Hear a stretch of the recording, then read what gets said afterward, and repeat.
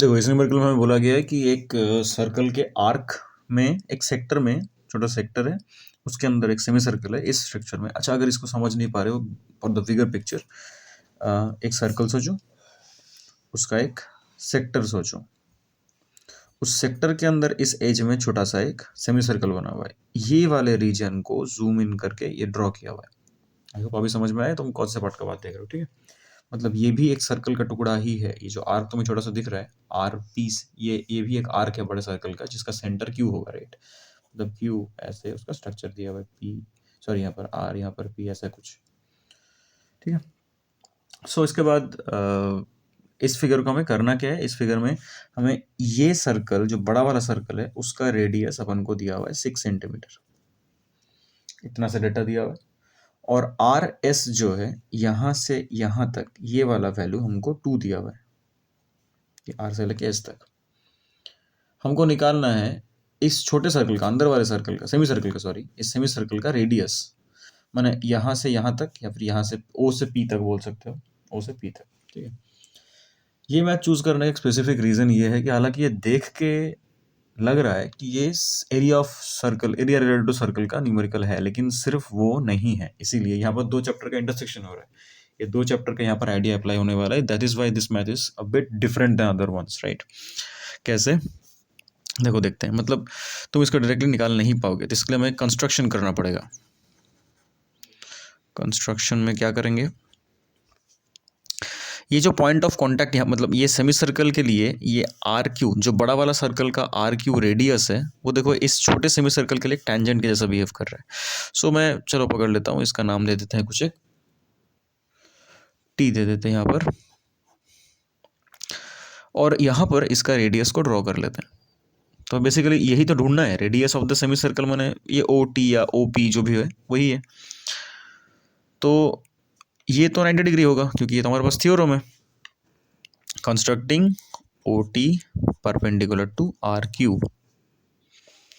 अभी ये तो थ्योरम वाइज 90 हो गया। अभी तुम अगर ध्यान से देखो, यहाँ पर 2 ट्राइंगल बना, जो हमें पहले सिमिलरिटी का प्रॉपर्टी की तरफ लीड करेगा।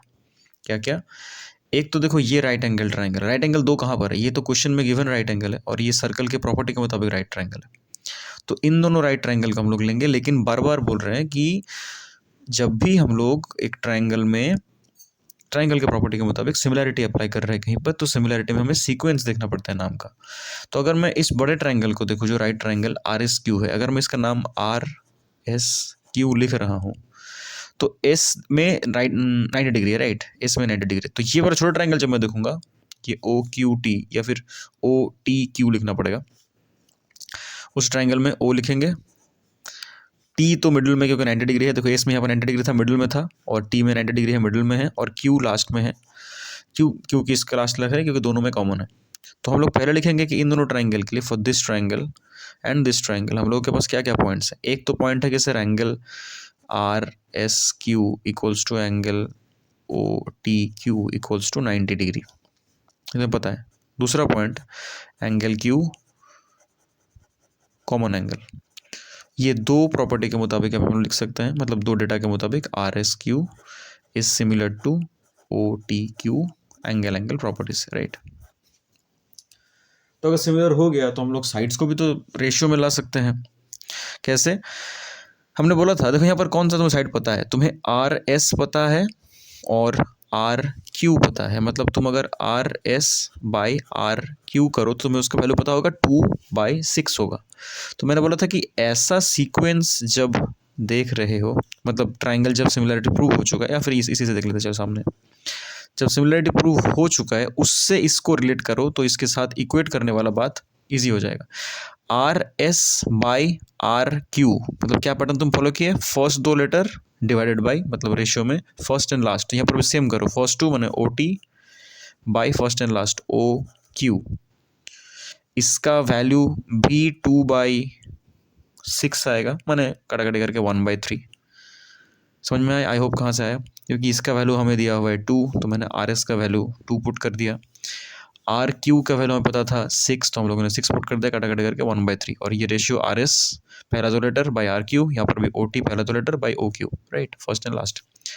तो O T by O Q ये रेशियो को अगर तुम बाहर निकाल के सोचो थोड़ा सा, OT बाई OQ में क्या दिख रहा है कि सर OT का जो वैल्यू होगा वो OQ बाई 3 होगा, सिंपल क्रॉस मल्टीप्लाई कर रहा है।